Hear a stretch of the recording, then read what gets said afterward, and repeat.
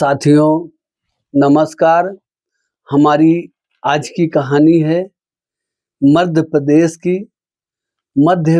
की रहने वाली अर्चना तिवारी, जो सिविल जज की तैयारी कर रही थी और वो ग्वालियर में वकील की प्रैक्टिस भी कर चुकी थी और अभी हाल में ही वो सिविल जज जज बनने की तैयारी कर रही थी।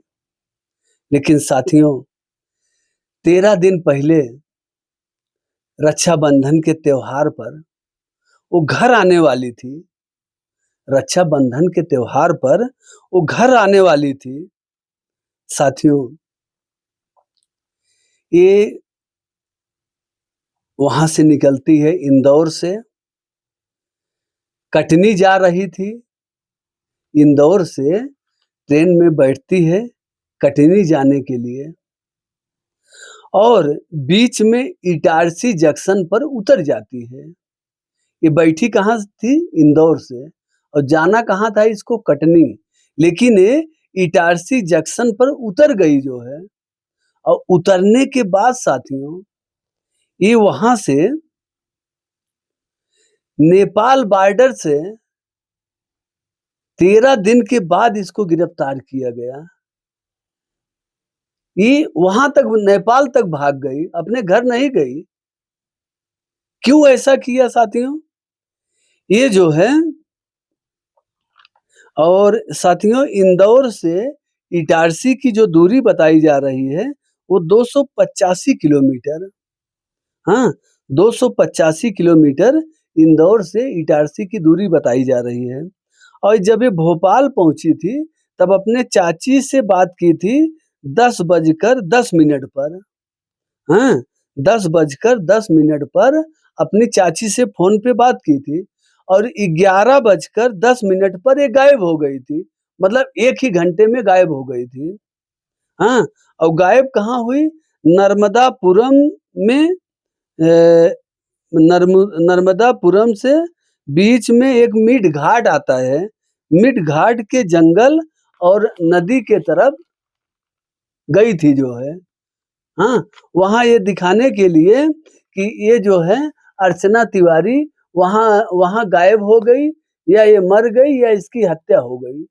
ये दिखाने के लिए वो मिड घाट के जंगलों की तरफ गई जो है। नर्मदापुरम बहुत ऐसा बताते हैं कि बहुत खतरनाक इलाका है वो सब।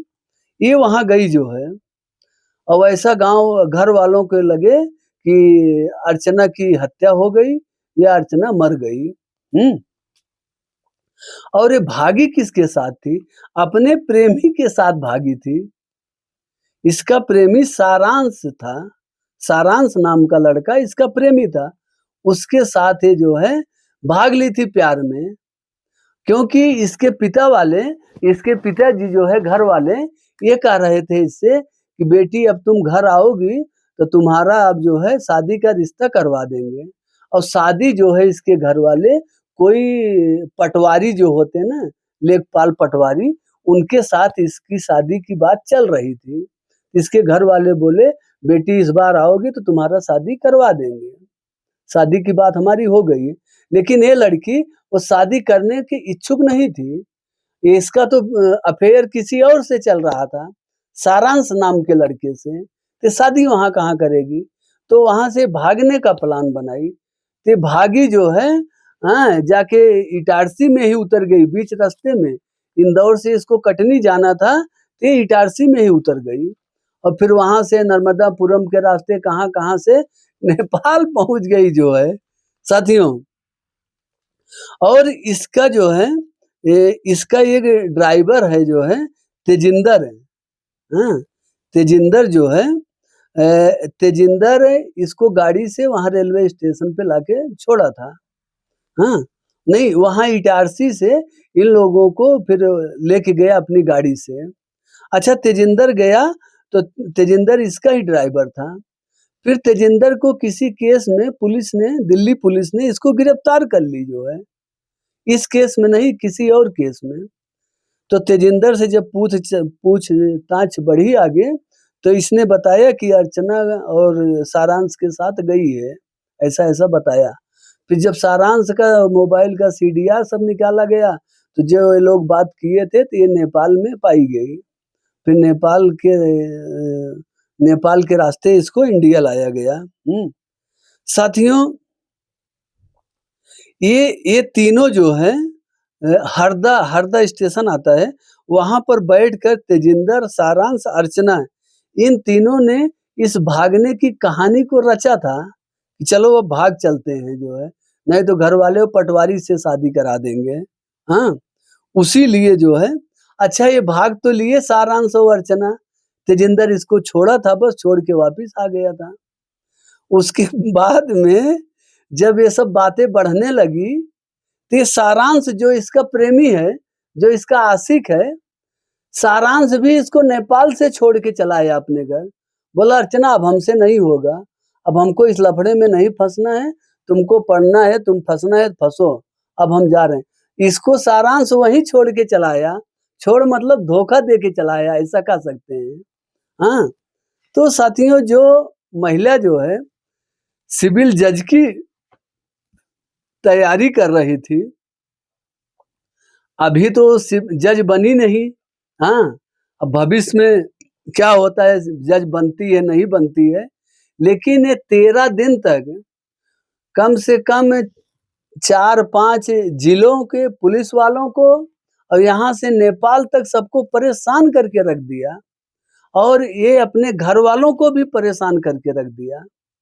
हाँ, अब आप सोचिए जो है, बुद्धि तो इसने खूब तगड़ी लगाई, लेकिन लास्ट में पकड़ी गई जो है, और जब पकड़ी गई तो यही एक बहाना था या सच्चाई थी जो भी हो, कि हमारे घर वाले पटवारी से शादी करा रहे थे, हमको पसंद नहीं था, इसलिए हमने भागने का प्लान बनाया। चलो तुम भागती, ये चीज़ तुम कह के भी जा सकती थी, इतना ड्रामा रचने की क्या ज़रूरत है कि वहाँ नर्मदापुरम के तुम जंगलों में, नहरों में वहाँ तुम घूम रही हो, ऐसा दिखा रही हो तुम्हारा मौत हो गया, हत्या हो गया है। पूरे सोशल मीडिया में साथियों सॉरी हाँ साथियों, ये पूरे के पूरे social media, main stream media सब में खूब चर्चा हुई, खूब चली खबरें हैं, 10, 12, 13 दिन खूब चला कि भाई कैसे एक महिला रेलवे ट्रेन से गायब हो जाएगी, स्टेशन से गायब हो जाएगी। साथियों इसमें एक खबर और है कि जब ये महिला जो है किसी वहीं जो है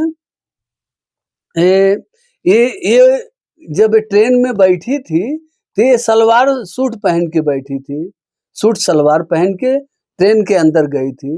लेकिन जब इसने साजिश रच लिया, साजिश रचने के बाद जब ये ट्रेन से उतरी है, तो काले रंग की साड़ी पहन के उतरी है और घूंघट ऐसा निकाल के उतरी है। तो अगर सीसीटीवी कैमरे में भी कैद हुआ, तो साड़ी कैद हुआ। हाँ, जबकि ये अपने दोस्त के साथ, दोस्त इसका हाथ पकड़ा हुआ है, साथ में जा रहे हैं, सीसीटीवी में दिख रहा है। तो साथियों देखो ऐसे-ऐसे लोग हैं, पूरे सिस्टम को एकदम आफत में बैठा दिया। पूरे सिस्टम को बेवकूफ़ बनाने चले थे और खुद बेवकूफ़ बन के घर आ गए। साथियों, आप सभी का जो भी इस कहानी में विचार होगा, कमेंट बॉक्स में बताइएगा, और ये वीडियो आप यूट्यूब चैनल पर देख रहे हैं तो सब्सक्राइब करिए साथियों। फेसबुक पेज पर देख रहे हैं तो फॉलो करिए साथियों। फिर मिलते हैं एक नई कहानी के साथ, तब तक के लिए जय हिंद, वंदे मातरम।